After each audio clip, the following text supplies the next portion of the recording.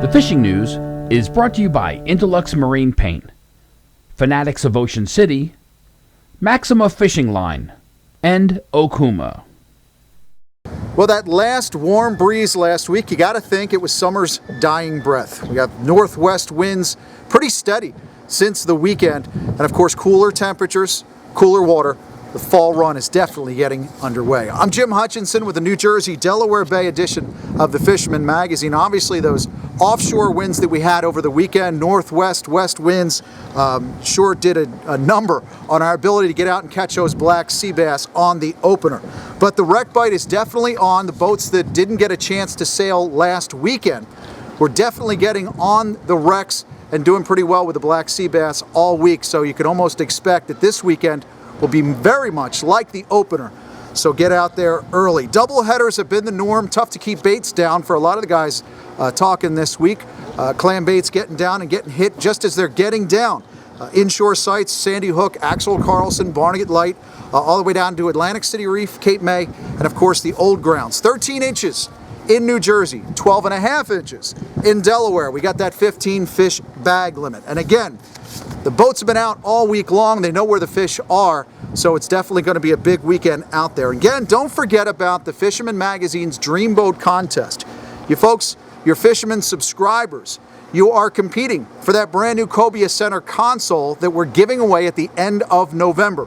5.5, 5, 6 pound knuckleheads, that could just about do it.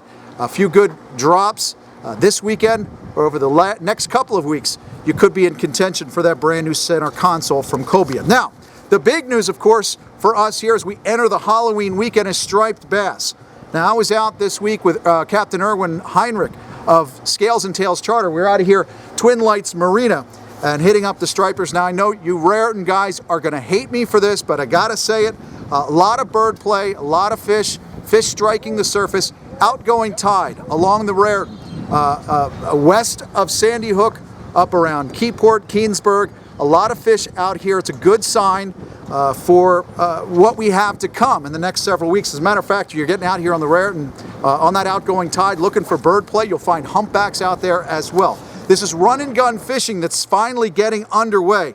The key here is not to run and gun through the schools. Be respectful for those guys that are working the fish. If a guy's already working the school, try to keep around him.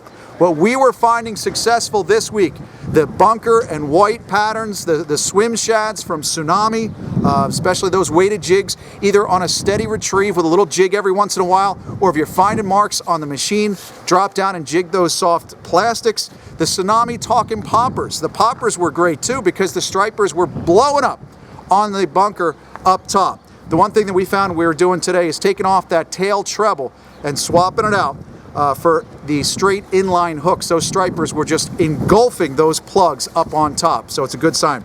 We find out there's more stripers to the east of here as well, along the south shore of Long Island, the west end. The Captree fleet has been doing very well out there, so that's a good sign as those bass continue to move west.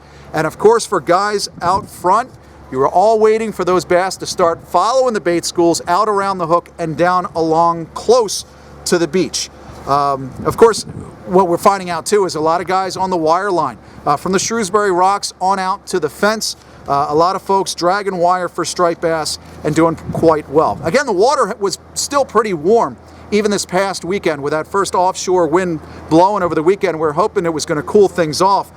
Hit the Central Jersey Suds with Mike Drew and Nick Honicheski for his annual Fishing Fiesta event. Don't you know, we ended up with small fluke on bunker chunks. But that bite along the Central Jersey coast, all the way from Sandy Hook down to Long Beach Island, the bite is intensifying. More fish are being brought in the LBI Surf Fishing Classic.